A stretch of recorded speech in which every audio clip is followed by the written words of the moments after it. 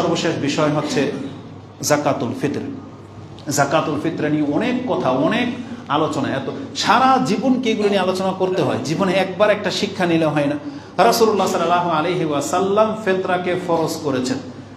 এই পুরো ফিতরা সম্পর্কে মাত্র 2টা হাদিস থেকে আপনাকে 5টা পয়েন্ট বলবো। আমার মনে হয় এর বাইরে আর ফিতরা সম্পর্কে তেমন কিছু জানার প্রয়োজন নেই। কি সে হাদিস 2টা? রাসূলুল্লাহ সাল্লাল্লাহু আলাইহি ওয়াসাল্লাম থেকে ইবনে ওমর তিনি বর্ণনা করেন, ভাষাগুলো শুনেন। প্রথম বাক্য, ফারাদা রাসূলুল্লাহ সাল্লাল্লাহু আলাইহি ওয়াসাল্লাম যাকাতাল ফিতর ওয়া ফি রিওয়ায়াতিন সাদাকাতু রমাদান ওয়া ফি রিওয়ায়াতিন সাদাকাতু রমাদান সাদাকাতুল ফিতর। 3-4টা শব্দ আসছে, জাকাতুল ফিতর, জাকাতুর রমাদান, সাদাকাতুল ফিতর, সাদাকাতুর রমাদান। এই 4টা শব্দ আপনি কোরআনে মানে হাদিসে পাবেন। এটা হচ্ছে ফিতরা সংক্রান্ত। কি? ফারাদা, রাসূল ফরজ করেছেন। কার উপরে? বলা হয়েছে সাআম মিন তামরিন, কি দিয়ে? 1 সা খেজুর, আও শাইরিন ইলা আখির, এভাবে খাদ্যের নাম এসেছে। তারপরে বলা হয়েছে আলান নাস, প্রত্যেক মানুষ। এখানে মানুষ শব্দটা আসছে মূলত হচ্ছে মুসলিম, লিকুল্লি মুসলিমিন। আল্লাহর রাসূল প্রত্যেকটা মুসলিমের উপরে সাদাকাতুল ফিতর ফরজ করেছেন। আলাল কাবীরে ওয়াস সাগীরে ওয়া যাকারে ওয়াল উনসা ওয়াল আবদি ওয়াল হুর, এইভাবে বর্ণনায় আসছে। প্রত্যেক মুসলিমের উপরে ফরজ মানে কি? বলছে বড় হোক ছোট হোক, স্বাধীন হোক গোলাম হোক, পুরুষ হোক মহিলা হোক, সবার উপরে ফিতরা ফরজ, মানে দিতেই হবে আপনাকে। ফিতরার সাথে আমাদের মাযহাবী বড় বড় সার্টিফিকেটদারীদের আকল নিয়ে আমাদের মাঝে মাঝে চিন্তা হয় যে এরা এত বিদ্যা বুদ্ধিওয়ালা, এরা কি করে এই নিসাবের সাথে আবার তুলনা করে। জাকাতের সাথে ফিতরার কোনো সম্পর্ক নেই। জাকাতের সম্পর্ক নিসাবের সাথে, ফিতরার সম্পর্ক হচ্ছে আত্মার সাথে। মানে আপনার দেহে প্রাণ আছে, আপনার উপর ফিতরা ফরজ। মানে আপনি জীবিত, এখনো শ্বাস প্রশ্বাস চলতেছে, শরীর না চলুক, আপনি বেডে শুয়ে আছেন, আপনি মায়ের পেটে আছেন। ওসমান রাদিয়াল্লাহু আনহু মায়ের পেটের সন্তানের জন্য ফিতরা দিয়ে দিতেন। তার মানে যেই দেহের মধ্যে প্রাণ আছে এটাই তার নিসাব হয়ে যাওয়া।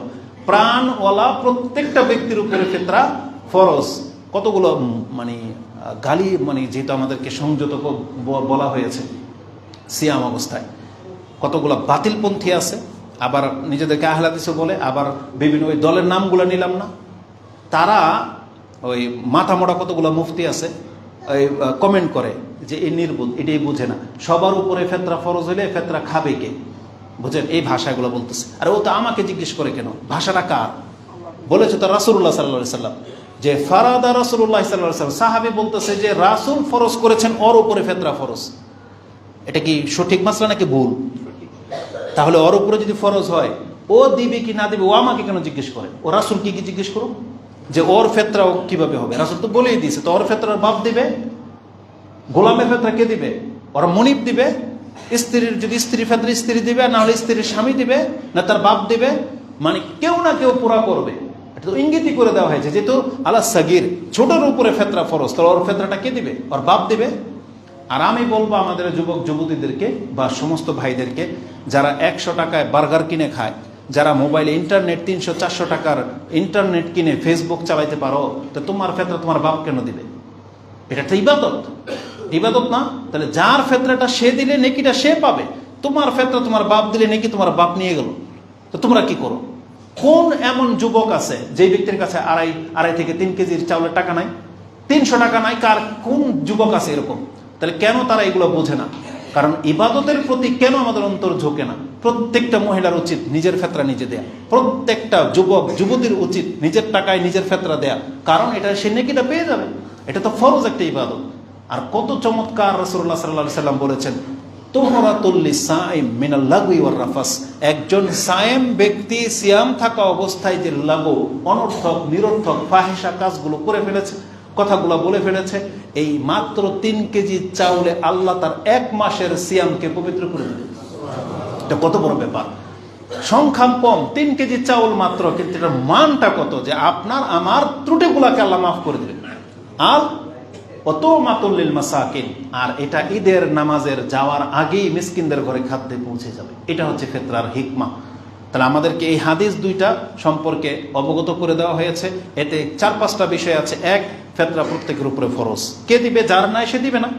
যখনই তার কাছে চলে আসবে তার থেকে তাকে দিতে হবে। ঈদের আগে যদি তার কাছে 10 কেজি চাউল চলে আসে, তার উচিত এখান থেকে 3 কেজি চাউল তার চেয়ে আরো নিচের গরিবকে দিয়ে দেওয়া। গরিবের নিচে গরিব নাই, দিয়ে দেওয়া। তারপরে সে অন্যের ফেতরা খাক, কোনো সমস্যা নাই, কিন্তু এটা ইবাদত, এটা মাথায় রেখেন। আর যার নাই সে অপারগ, তার ব্যাপারটা আল্লাহ সুবহানাহু ওয়া তাআলা দেখে নেবে, কিন্তু আপনাকে এটা ফরজ হিসেবে নিতে হবে, যে রাসূল ফরজ করেছেন। কি দিয়ে ফরজ? বলছে এক সা খাদ্য দিয়ে। এক সা মানে হচ্ছে সর্ব একবারে মানে ঊর্ধ্বে 3 কেজি হয়ে যায়, তাহলে আপনি 3 কেজি ধারণ করতে পারেন, আল্লাহ যেটাই দেন, যে কোনো এক প্রকার খাদ্য 3 কেজি। আবার অনেকে এতটা আবার মানে পণ্ডিতি করে 3 কেজি দিবে, তার দুঃখ বেদনা এমন যে আমরা খামো ঈদের দিন বিরিয়ানি আর পোলাও আর খিচুড়ি, ওই চাউল খাবে গরিব। বলছে চাউল খাবে কি গরিব? এটা হচ্ছে তার বিবেক। তাহলে যেই ব্যক্তি, আমাদের কিছু ব্যক্তিদেরকে দেখেছি যারা ওই যে নাস্তাতে পিজা খায়, বুঝছেন, ঈদের দিনেও ফুচকা টুচকা পিজা টিজা এগুলো খাবে, ও ফেতরা কি দিয়ে দিবে? পিজা দিয়ে দিবে? মানে আপনার বিবেক কি বলে? মানুষ এইভাবে রং তামসা করার বিষয় তো না, আপনাকে রাসূল ইসলামের ভাষাগুলো বুঝতে হবে। মূলত হচ্ছে যেই খাদ্যগুলো তার সময়কালের, তার রাষ্ট্রের মানুষ খেত, যেগুলো রিজার্ভ করে রাখতো, মূল খাদ্য যেটাকে ধরা হয়, ওই নামগুলো শুধু হাদিসে এসেছে। আর বাংলাদেশের খাবার কি হবে, ওই আফ্রিকার জঙ্গলের মূল খাবার কি হবে, ওগুলোকে রাসূল ইসলাম এক এক করে নাম করে উল্লেখ করে যাবে? এই যে রাসূল ইসলাম বলেছেন সা আম মিন তোয়াম, খাদ্য থেকে এক সা খাদ্য, যেগুলো মানুষ আমরা খেয়ে থাকি। কি খাই আমরা? ভাত খাই, আমরা রুটি খাই। তাহলে যে যেটা খান সেটা আপনি এক সা মানে 3 কেজি আপনার পক্ষ থেকে ধার্য করবেন। ওই মিক্স করে 3 কেজি না, হাফ কেজি আলু, হাফ কেজি পেঁয়াজ, ওই 1 কেজি ডাল, 1 কেজি চাল, এইভাবে তো আপনাকে বলা হয়নি। আপনার দায়িত্ব, আপনি যে চাউলটা খান সেটা আপনি 3 কেজি দিয়ে দেন। উনি বিক্রি করে প্রয়োজনে আলু কিনবেন না কি কিনবেন, ওনার ব্যাপার। আর খাদ্য দিয়েই ফেতরা দেওয়া সুন্নাহ। টাকা দিয়ে হবে কি হবে না সেই মাসলায় আমরা যেতে চাচ্ছি না, সেটা বড়দের ব্যাপার, তারা ফতোয়া দিয়ে থাকে। আমরা জীবনে কোনোদিন টাকা দিয়ে দেইনি, প্রয়োজনও হয় নাই।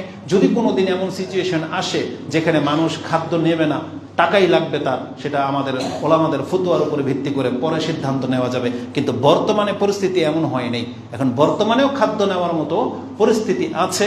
এই জন্য রাসূলুল্লাহ সাল্লাল্লাহু আলাইহি ওয়াসাল্লামের সুন্নাহটাকে যে যতটা বেশি প্রতিষ্ঠিত করতে পারবেন, বাক্য, শব্দ, ধরন, নিয়ম, ওগুলাকে মেনে চলবেন। আমরা এই জায়গাতে এসে অনেকগুলো মাসলা আসবে, আপনাদেরকে বলে দিই। হাদিসে আছে সকাল সন্ধ্যায় সাইয়্যিদুল ইস্তেগফার করতে হয়, তাহলে আল্লাহ সুবহানাহু ওয়া তাআলা ওই রাত্রে মরে গেলে তাকে জান্নাত দিয়ে দিবে। এখন আপনি প্রশ্ন করেন যে এই সাইয়্যিদুল ইস্তেগফারকে আমি সাজদায় পড়তে পারবো না হুজুর? আপনি প্রশ্ন করলেন কেন? যেখানে যেটা আছে এটাকে ওইভাবে রাখাটাই হচ্ছে সুন্নাহ, ওইখানে রাখাটাই হচ্ছে সঠিক ইত্তেবায়ে সুন্নাহ, মানে আপনি অনুসারী। আপনি আপনার মতো করে জায়েজ তো করা হয়েছে, করেন না, কিন্তু আপনার মাথাতে সবসময় খালি অতিরিক্ত চিন্তা যে আমি এটা করতে পারবো না, এটা করলে ক্ষতি হবে, আমি এটাকে বলতেছে যে আমি 1000 বার এই সাইয়্যিদুল ইস্তেগফার করতে পারবো না। কেন আপনার চিন্তাগুলো আসে? বর্ণনা কি নাই? যেইভাবে যা বর্ণনা আসছে সেটা মেনে নেওয়াটাই হচ্ছে উত্তম চরিত্রের অধিকারী হওয়া। এই জন্য আকবারায় কোনো কাজ করতে যেন না। হাদিসে আছে যেটা আপনি সেটা করেন। এক সা খাদ্য দিয়ে ফেতরা দেওয়ার চেষ্টা করবেন। আমি আবারও বলি, যুবকরা আছে, নিজে যদি নেকি কামাইতে চাও তাহলে নিজের টাকা দিয়ে ফেতরা নিজেই দেওয়া উচিত। এটা সময়কাল কি? ঈদের আগে। মান আদ্দাহা ক্বাবলা সালাহ ফাকাদ, বলা হয়েছে মান আদ্দা ক্বাবলা সালাহ ফাহিয়া যাকাতুন মাকবুলাতুন, যেই ব্যক্তি নামাজের আগে ফিতরা দিবে তারটা যাকাতুল ফিতরা বলে গণ্য হবে। ওমান আদ্দাহা বাদা সালাহ ফাহিয়া সাদাকাতুম মিনাস সাদাকা, তাহলে তার এটা সাধারণ দান হিসেবে গণ্য হবে, ওটার ফিতরার নেকি হবে না। তার মানে বোঝা যাচ্ছে যে সাধারণ দানের চাইতে ফিতরার নেকি বেশি। যেমন কুরবানি, সাধারণ গোশত কাউকে খাওয়ানো, ওর চাইতে কুরবানি করে খাওয়ানো এটা বেশি নেকি। এই জন্য কুরবানির দিনের ওই একই হুকুম বলা হয়েছে। মান যাবাহা ক্বাবলা সালাহ,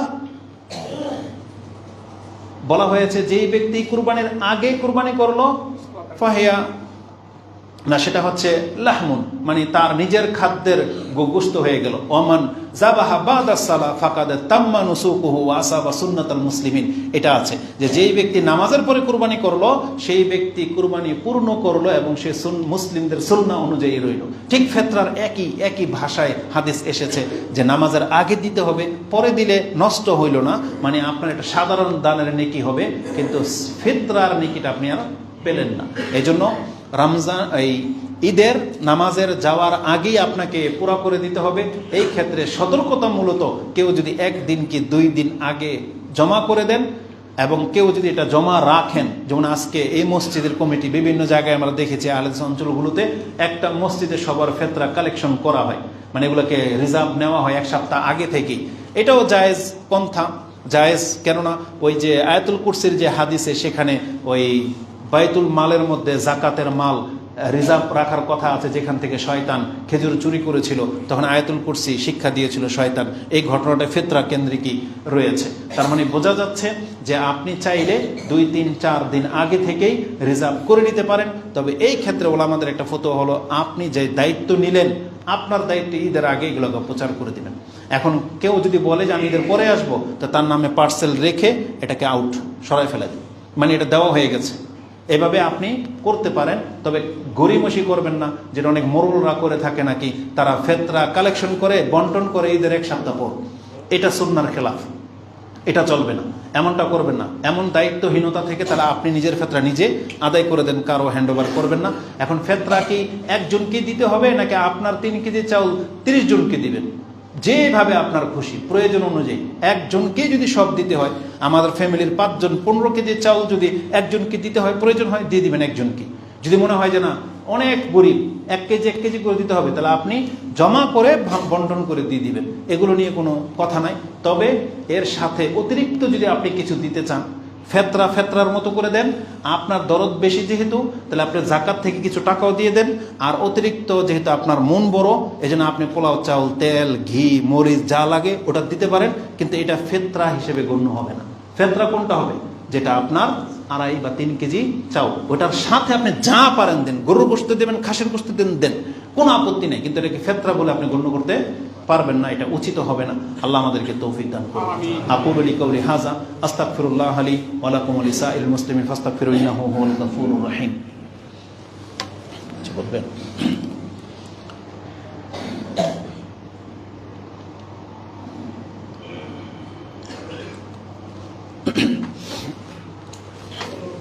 আলহামদুলিল্লাহি রাব্বিল আলামিন ওয়াসসালাতু ওয়াসসালামু আলা আশরাফিল আমবিয়া ওয়াল মুরসালিন নবিয়িনা মুহাম্মাদিন ওয়া আলা আলিহি ওয়া সাহবিহি আজমাইন। এভাবে মাসলা মাসাইল তো বহু আছে, বলতে গেলে অনেক কথা বলা লাগে, কিন্তু আমাদের সর্বশেষ মেসেজ, যেহেতু এখন সব মানুষগুলো আসছে, কারণ তারা তো খুতবার প্রথমে আসে না। এ রমজান কিন্তু আজকের মতোই, এ রমজান একদিন আমাদের কাছ থেকে বিদায় নেবে। আমাদের জীবনের সবচেয়ে গুরুত্বপূর্ণ ইবাদত এই কয়েকদিনের মধ্যে যেটা হতে পারে, সেটা হচ্ছে ইস্তিগফার। সেটা হচ্ছে আল্লাহর কাছে ক্ষমা চাওয়া। দেখেন, আমাদেরকে ক্ষমা চাইতে হবে, এটা কিন্তু ক্ষমার মাস চলতেছে। এখন আপনার কোনো বাধা নাই, ক্ষমা চাইতে কোনো বাধা আছে? আপনি মসজিদে আসতে কোনো বাধা আছে? কারণ এতদিন আপনি বলতেন যে শয়তান আমাকে জাগায় না, শয়তান আমাকে ধরে রাখে, আমাকে শয়তান পাপ করায়। তা এখন কোন শয়তান করায়? এখন আল্লাহর কাছে যে আসছেন, কেউ আপনাকে বাধা দেওয়ার নাই। এজন্য আপনি এখন যেভাবে ইচ্ছায় মসজিদে আসছেন, আপনাকে জীবনের প্রত্যেকটা অ্যাঙ্গেলে এভাবে নিজের ইচ্ছাটাকে কাজে লাগাইতে হবে, যাতে আপনার ইচ্ছাতে শয়তান এসে ইন্টারফেয়ার করতে না পারে। এটা আল্লাহ সুবহানাহু ওয়া তাআলার কাছ থেকে আপনি তৌফিক চেয়ে নেন, এবং এটা হলো তওবার সবচেয়ে গুরুত্বপূর্ণ মুহূর্ত। কিয়ামুল লাইল যখন করবেন, তখনও সবচেয়ে বেশি আল্লাহর কাছে ক্ষমা চাইবেন। আর এখন এই মুহূর্তগুলো, এগুলো হচ্ছে সবচেয়ে বেশি আল্লাহর কাছে ক্ষমা চাওয়ার মুহূর্ত।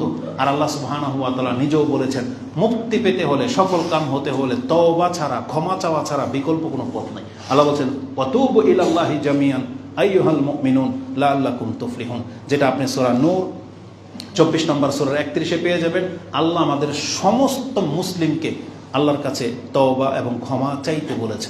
আমাদের উচিত আল্লাহর কাছে ক্ষমা চাওয়া। আমরা বলি, আল্লাহ তুমি আমাদেরকে ক্ষমা করে দাও, আল্লাহ আমাদের জীবনের পাপগুলোকে আল্লাহ তুমি মাফ করে দাও, আল্লাহুম্মা তুমি আমাদেরকে ক্ষমা করো এবং আমাদের পিতামাতাদেরকেও ক্ষমা করো, এবং কিয়ামতের মাঠে আল্লাহ তুমি আমাদেরকে লাঞ্ছিত করো না। আল্লাহ তুমি আমাদের এই সিয়ামগুলোকে কবুল করো, আমাদের কিয়ামকে কবুল করো। আল্লাহুম্মা তাকাব্বাল মিন্না সিয়ামানা ওয়া কিয়ামানা ওয়া রুকুআনা ওয়া সুজুদানা